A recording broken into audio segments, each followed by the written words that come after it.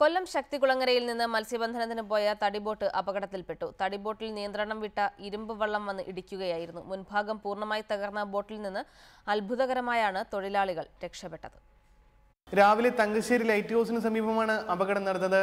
തടിബോട്ടിലെ തൊഴിലാളികൾ വല വലിച്ചുകൊണ്ടിരിക്കുമ്പോഴായിരുന്നു ഇരുമ്പ് വള്ളം ബോട്ടിൽ വന്നിടിച്ചത്.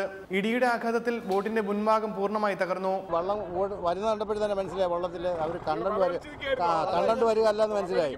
അപ്പൊ ഞങ്ങൾ ഒരുപാട് 5 പേരും കിടന്ന് കൂപ്പിട്ടു. എന്നിട്ട് ഞങ്ങൾ പരമാവധി ഒഴിക്കാൻ നോക്കി, ഒഴിഞ്ഞില്ല. അടുത്ത് വന്നപ്പോഴാണ് ഞങ്ങളുടെ ശബ്ദം കേട്ടത് അവര്. അപ്പോൾ അവരെന്ന് പറഞ്ഞാൽ വെള്ളം ഒഴിച്ചെങ്കിലും ഇടിച്ചു വന്നു. കടലിലേക്ക് ചാടിയാണ് ബോട്ടിലെ തൊഴിലാളികൾ രക്ഷപ്പെട്ടത്. അവർ തന്നെ പറഞ്ഞു ചാടിക്കോ. അത്രത്തോളം സ്പീഡിനാണ് ആ വെള്ളം വന്നത്. ഞങ്ങളെ ഇടിച്ച് പൊളിച്ചു കളയും. അത്രമാത്രം ദുരിതമായിരുന്നു. ഞങ്ങളെല്ലാം ചാടേണ്ടത്. അപ്പം പഴമായി ഞങ്ങൾ വല വലിക്കുമ്പോൾ ഞങ്ങൾക്ക് ഒന്നും ചെയ്യാൻ പറ്റത്തില്ല. ഇടിച്ച ഇരുമ്പ് വള്ളവും മറ്റു ബോട്ടുകളും ചേർന്ന് കെട്ടിവലിച്ചാണ് തടിബോട്ട് കരയിലെത്തിച്ചത്. ശക്തികുളങ്ങരയിൽ നിന്ന് മത്സ്യബന്ധനത്തിന് പോയ ബോസ്കോയുടെ ഉടമസ്ഥയിലുള്ള പ്രവീൺ എന്ന ബോട്ടാണ് അപകടത്തിൽപ്പെട്ടത്. റിപ്പോർട്ടർ, കൊല്ലം.